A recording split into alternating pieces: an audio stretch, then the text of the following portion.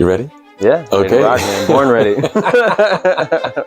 Welcome to the Omziel Healing Sanctuary. We're here giving you bite-sized information for you to take in your daily life. I'm here with a great brother and an interesting person, to say the least. I just allow him to introduce himself and see what's going on with him. Cool. Yeah. My name is Daniel Martin. So I'm a musician. I am a professor of psychology, and at root, really just a very curious person. I definitely dive into the human condition as much as I can to try to understand myself, understand the human persons, and understand, leading with compassion as well. Mixing that spiritual world with the psychological world, and bringing that in. I think one of the big things too is what set me off on my journey somewhat was, trying to intellectualize my spiritual practice. I think that we live in a culture where, spiritual practice is still looked at as, a little taboo, a little interesting, when you have materialism, when you have capitalism, when you have these kind of, set, I say, movements in society. Spiritualism kind of screams in the face of those things because they're anti-materialist. They're not about productivity-based mindsets. They're about holism, and they're about value intrinsic to the individual, right? Mm-hmm. Which totally doesn't incentivize you to buy a new couch, right, to get those latest sneakers, and those sorts of things, So the spiritual practice I had was very, still taboo when I was even growing up, and looked at as interesting and strange. And to me, I had to always kind of justify, because I had that internal struggle. So I had to say to myself, well, why do I do that? Why do I meditate? And why do I find this space? And the language that we end up using inevitably, like, for example, with meditation, you say to someone, well, you should meditate. And people say, well, that's silly. That's weird, But if you say, well, hey, you should take some time and reset your nervous system, come back to a new neurological baseline, right? And coming into this kind of framing, this kind of language that we use to describe literally the same phenomena, right? Leads into a certain acceptance. You know what I mean? And that, for me, is really why, almost in a defensive manner, because I felt I had to, defend my spiritual nature because it was weird, it was strange, it was, right. It is. Some of the things that you're interested in and that we've spoke about offline is quite fascinating. I find it fascinating because I've always been curious. Like when I was a kid, they told me, what do you want to be when you want to grow up? And I said, a scientist. Why? Because I like to know the intricate parts of things. I want to know how they work. I'm so interested. But some of the things you've just mentioned, it makes me think of the Four Agreements, right? Yeah, okay. Where he says that we're just like dogs. We're domesticated. Right. We're born into this, and we don't even question these things. Yeah. Well, it's like classical conditioning. Yeah. So psychology talks classical conditioning and operant conditioning and all these things, which again predispose us to act, behave, and be in a certain manner. And it's interesting, even as a musician and as a performer, how you can push the boundary of expression. And what happens to even someone who is, a revolutionary artist, they find a way that express that is accepted by the culture, maybe even resonates with specific people in the culture, and then it becomes a cultural movement. There was actually a thing by Rick Rubin, when Rick Rubin was talking about, the creation of ideas and music, that, the idea is there. It needs to just find the channel. It needs to find the individual who's going to bring about that spark and bring that into the material world. Right. Because these are currents, right? Exactly. And we become, we may be the atom on the top of the wave. That's the first one to crest. Right. But that doesn't necessarily, again, that individual, this basis, between, again, psychologically framing between individual mind and collective mind, and, where we sit in that space. Right. It's really interesting. Yeah, that makes me think of Prince, right? Or what's that other gentleman, the African, that he was a rebel too? He's passed on. I forgot his name. I forgot his name, but he was dynamite too, like that. He was like pushing the boundaries on things, just expressing that. Like, why not express it like that? What's the problem? Yeah, and the interesting thing is, you mentioned, being a scientist and being on science, because again, science, when you're studying and doing research, you're also pushing the envelope in a different way. The interesting thing too is, the balance, let's say, between science and spirituality, because both seek truth. right? Inherently. Right. One, and it's just really a difference of method, you know. And the interesting thing to me is when I started getting into, because I specialize really in like cognitive neuroscience and looking into like, let's say, patterns in the brain against how they, you know, form in the individual, right? You know, structures of the brain, how they influence the individual thought processes, and then even concepts, what concepts we adapt, as we talked about, you know, language and those sorts of things. But they all parallel into like a simultaneous kind of phenomena. Science pushing the boundary of, you know, thought by methodical testing and really taking skepticism at first. And this is why it's almost hard to be scientific at times. I mean, you have to be really skeptical of things, but at the same time, there is bias in science. And that's also one of those things that I'm trying to break, you know. For example, and as maybe colloquial as this example might be, you know, the aura, right? The aura is this idea that we have a light that's around us, and most people every day, no, that's wrong. Scientists think, that's silly, right? Don't investigate that. Right there, you're having a bias. You have a bias immediately present, right? In that moment. So one of the things with science is like, we want to remove bias. We want to approach every phenomena. Where's the data? How can we see it? How do we understand it? How do we measure it? Right? Those sorts of things. So the aura, what is that giving off, right? Light, frequency of electromagnetic spectrums. Body gives off heat, doesn't it? Right. Which is infrared light. Right. So if you sped up that frequency, why wouldn't there be the presence? The production is infrared, right? If you sped that up, it'd become visible, right? So it's like, okay, the body does emit.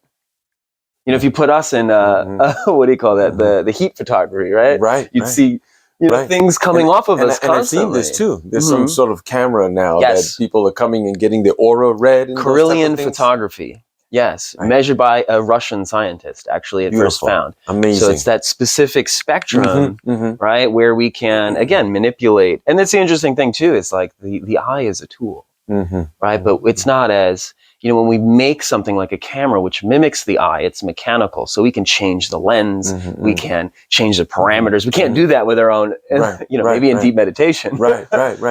In meditation, I'm glad you brought that up because I know that you've also meditate. And for me, my practice, I do try every day to get some sort of meditation in.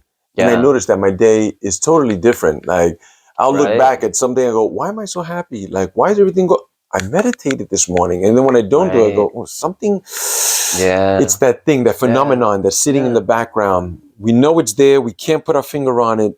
But anyway, tell me more about meditation, your practice, and some of the things you've uncovered. Well, the interesting thing too is like, as you're mentioning, like how you feel better throughout the day. I mean, and as I say, like framing that meditation, because, you know, we know the benefits of meditation and those things, but even looking at it as we reset ourselves, we reset our nervous system, right? You know, there's even something in psychology that they talk about emotional residue, right? That like from the previous day, if you're not meditating, from the previous week, from last month, there's still something in the back of your mind, you know, from my own physical practice.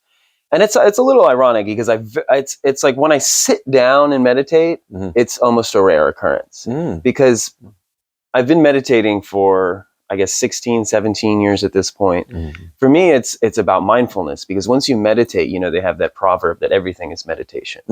Right. So in that regard, it becomes like, are you mindful of this moment? Right. Are you here right now? Are you mindful in this, you know, space? So for me, it's more about the practice of mindfulness and approaching things mindfully. So when I do, you know, work or when I am, you know, even in this space, you know, or when I perform, especially, you know, as a musician. Right. It's that meditative flow state, like you're in it. Like, which pulls you out of your ego.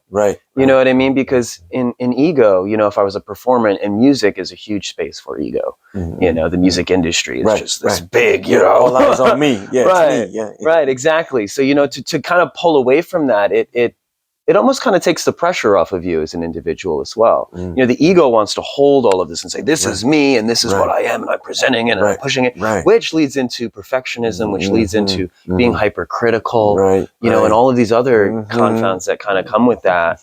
But, you know, if you release the ego and you release the moment and you just say, you know, like, I'm an individual who's creating, and there are listeners, and there are, you know what I mean? And one of the things I like with music is, and what I kind of like mantra for performing, is about being vulnerable, and the more that you open yourself to the audience, the more the audience will open to you. Right. I feel that I embrace that also, like that uncomfortableness, that nervousness. Like there's a great book that I may have mentioned to you before about the untethered soul that Michael Singer speaks about, sitting in the seat of consciousness, just always being there.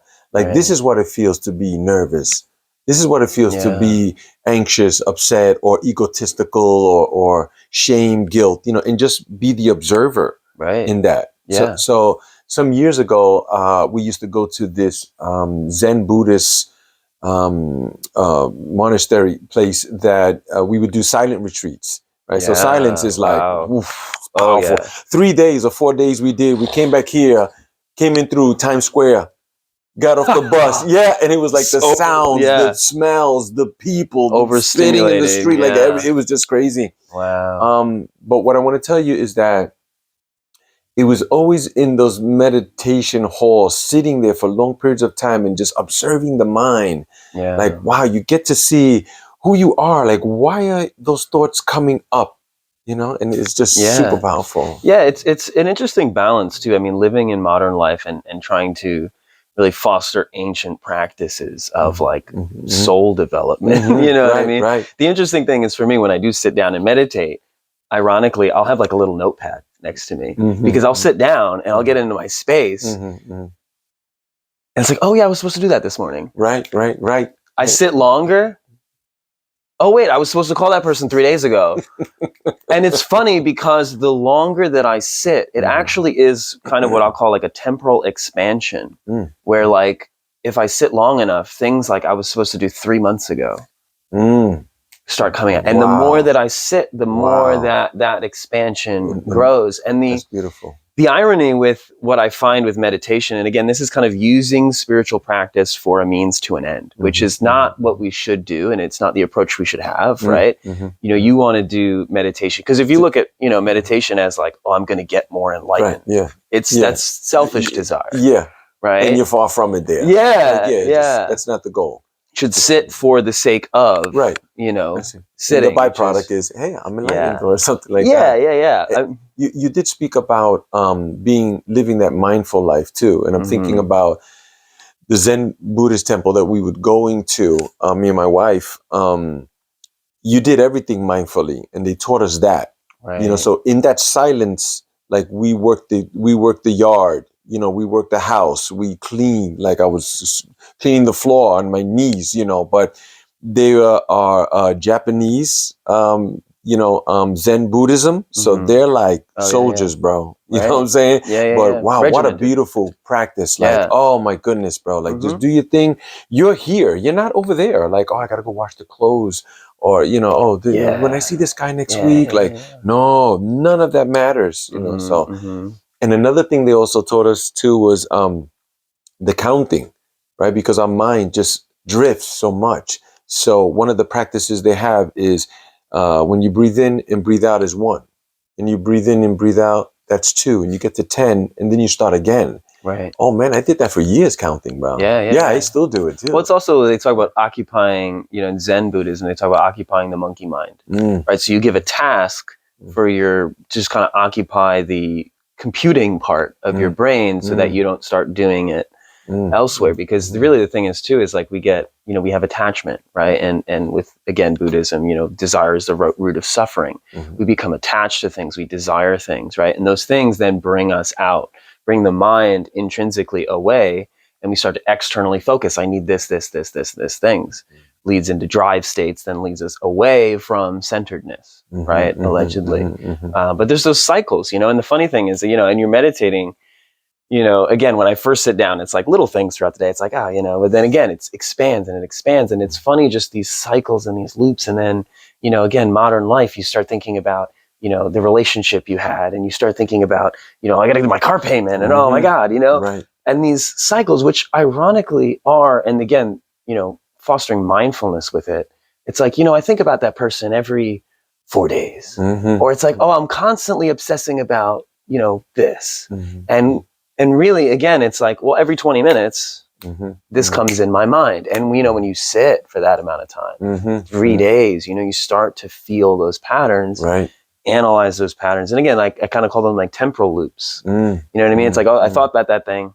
And again, too, the hard part is that there's the emotional charge of those thoughts. It's not just the thoughts. It's the whole, it's the emotional, right? Yeah, that's where the attachment comes in. Because I know Thich Nhat Hanh mentioned, look at your thoughts like clouds. Just see them in the sky, like passing by. That's it. Or in the river, like just going by.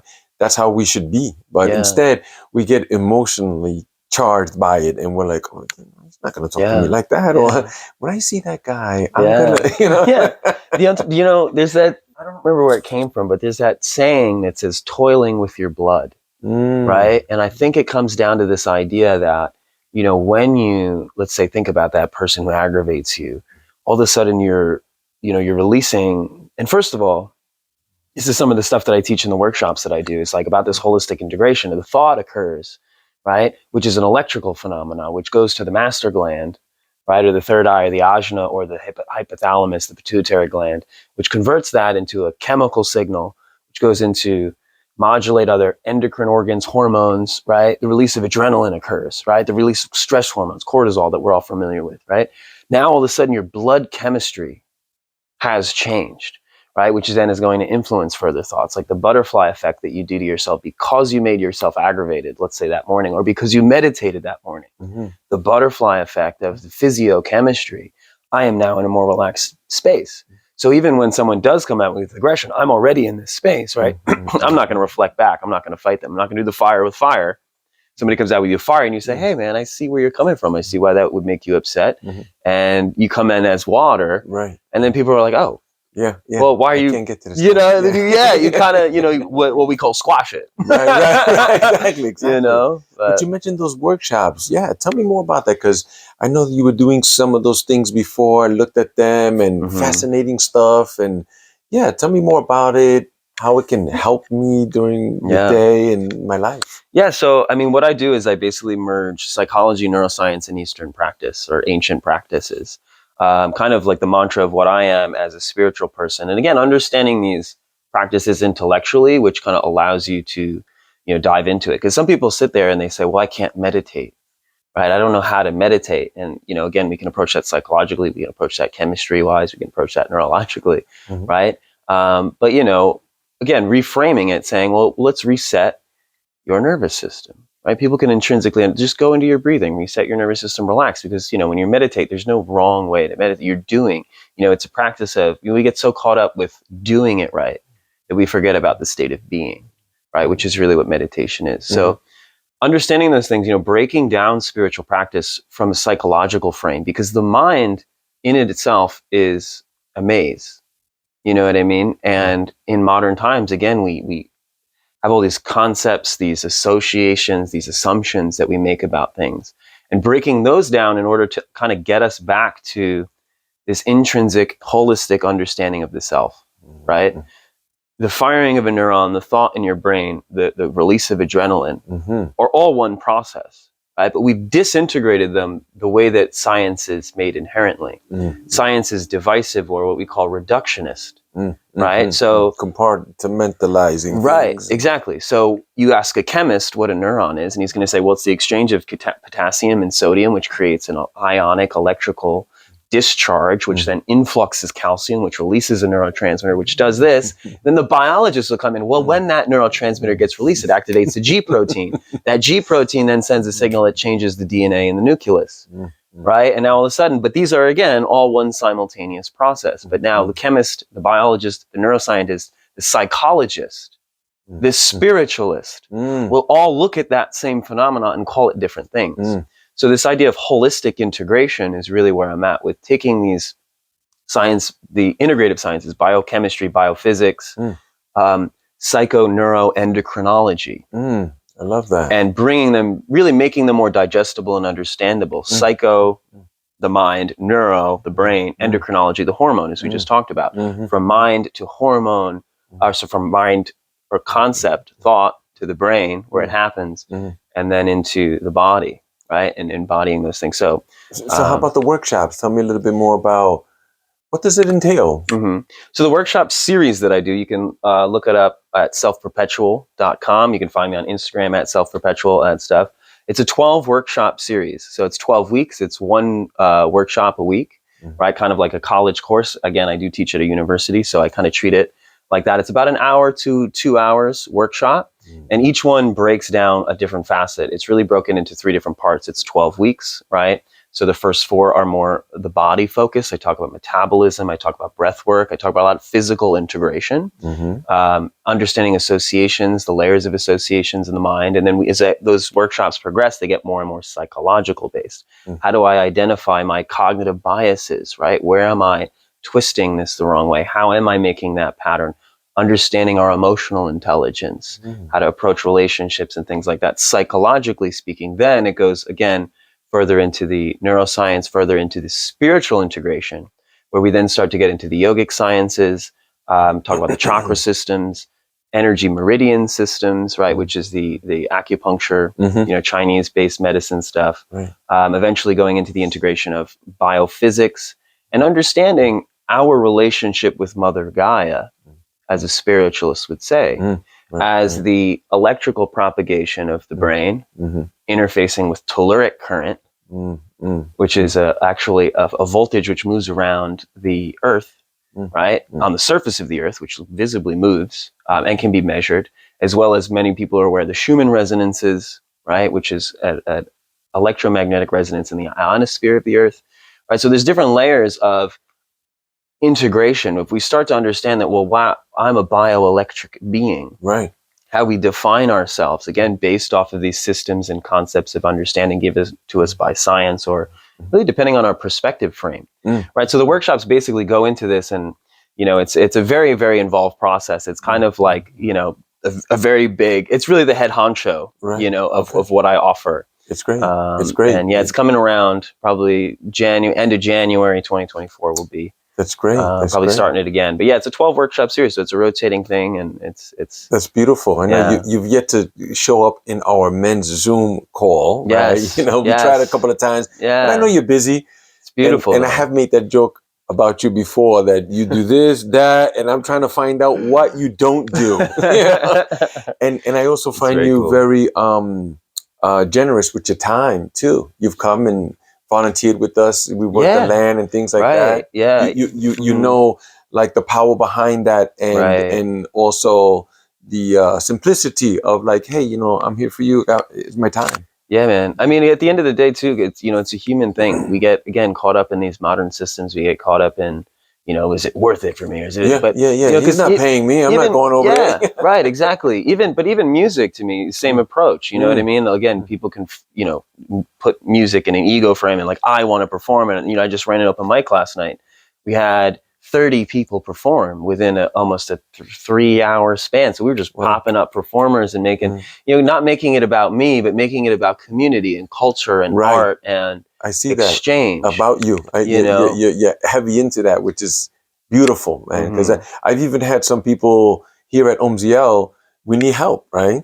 So I've spoken with other people. Oh, you do the crystal bowls? Yeah, why don't you come and play, while I do the breath work? And then they go, oh yeah, sure. Well, for 2 hours, you give me $350. I'm like, I just want you to play a little bowls, bro. Like, and then there's other people that they bring the bowls and they bring other instruments and they stay all night and they'll come the following weekend. I mean, I think we have a dichotomy as a culture where it splits between, because we're monetizing, like we have to monetize, right? Yes. Because we have to live. Yes. Yeah. But also we want to give, but ideally, as they say, if you do what you love, you never work a day in your life, right? So if you are about your spiritual practice, hey, if I monetize this, I can live in alignment with what my truth is. Yes. Which is, but it becomes difficult, to manage that, I think. It does. It does. It's challenging, but in all of the success books that I've read, they usually say a handful of the same things. And one of them is, don't chase the money. If you want to be super successful, it's not the money. Don't do that. Yeah. Don't do that. It's a byproduct. That's right. Yeah. Just serve. Just keep. Well, how are you in service? What's the value that you bring to people? how many times like I've done things, man, I'm like, I'll do it. It's okay. I just want to be there. And then somebody go, hey, you know, can we hire you? Right. You know, And now like, people want to pay you. Yeah. It's crazy. Yeah. So that's the beauty of it. I like that too. The idea and the mantra of just being in service. Yeah. You know, like the more that you serve, eventually, again, money is the byproduct. You know, you keep bringing value, you know, because it's just a stand-in for value, you know, but again, and that's where I come into this, like, you know, I'll volunteer. I'm very good at my time because money is not the real thing. Right. We've been taught and trained and conditioned. Right. To think that money is right. You know what I mean? To associate money with value because it is, you know, symbolically related to that. But at the end of the day, you know, there's that one quote that, you know, when the rivers are poisoned and the air is toxic, that people will realize they can't eat money. You know, and it's because it's not about money. It's about you and I, and it's about life, and it's about vitality and, you know, good food and, you know. And time, camaraderie and all of those things. And brotherhood and sisterhood and all that. I do personally feel that we're all one bio, you know, living unit here on the planet. You know, we're all experiencing something different, but I feel that we're just all one unit together. And then, especially in the music industry, right? Like, you touch people so profoundly with music. You're touching yourself and you're touching them too. So perhaps you could tell me a little bit about some of the music projects that you have coming up too. Yeah. So I perform solo. I've been doing it for a while now. I've been using the Instagram handle Self Perpetual, just performing just kind of offhand because, you know, I've been playing in bands for, you know, almost 2 decades now. But, you know, just playing on and off. And I've always been under a band name and whatever. And I had my kind of solo little Instagram. So when I started performing solo, I just went under that name. I think I'm going to, coming this year, you know, 2024 is we're right bright and early in January. I'm kind of rebranding. I think I'm just going to start performing under my name, Daniel Martin, and just kind of moving with that. But yeah, music to me has always been, so I'm playing solo now. I have about, you know, 15 tracks I'm working on. And my big goal this year is to release an album. Nice. To put that out because I've been performing for a very, very long time. Right. You know, it's like, what's next? Let's go step up and bring it out to the masses because people need you. They need your music. They need to hear your art and stuff like that. Yeah. We don't think that we do. Oh, I'm just another artist, or I'm just gonna write another book. Yeah, write that book. Yeah, make that album. Put it out. People need that. You know, it's funny too. I was talking to someone actually last night, and I was saying, you know, culture is created. You know, we think we're here and culture is happening. It's like, no, culture is made, and we make culture. And if we, again, that brotherhood idea, you know, if we bolster each other to say, no, man, put that thing out, do that. And we support each other. You know, the strength in that is we create our own culture, you know, and then we, you know, become the thing that we want to see in the world. Right. You know, as Gandhi would, you know. Right. Of course. I'm a firm believer of that too. That's why for me, I'll help. I'd support. If you need me, if I can be there, I'll be there. Yeah. I have 2 kids and wife and all that. But if the opportunity shows itself, man, I come from a world where I didn't want anybody next to me unless you had something to give me, you know, like a drink or something like that. You know what I'm saying? Yeah. So, but ego framing. Exactly. Right. But some things happened to me personally that, you know, I was able to step away from that and shed those things that now I just want to be a part of everybody's life and I want everyone to be part of mine. Yeah. I open my house. Like, come on in. Like, I don't know who does what we do. Let me know because I want to go there. Yeah. You know what I'm saying? And it becomes about prosperity, you know? And I mean, there's just like the butterfly effect too. I mean, like when I perform music, sometimes my lyrics, there's a song I do where I just do this like tapping piece and then I read a poem over it. And again, just to give the foyer into the music, because I kind of dodged that question a little bit, but people have told me it's progressive, it's psychedelic, progressive rock music. It's very ambient. It has, you know, I sing over it. I play the bass.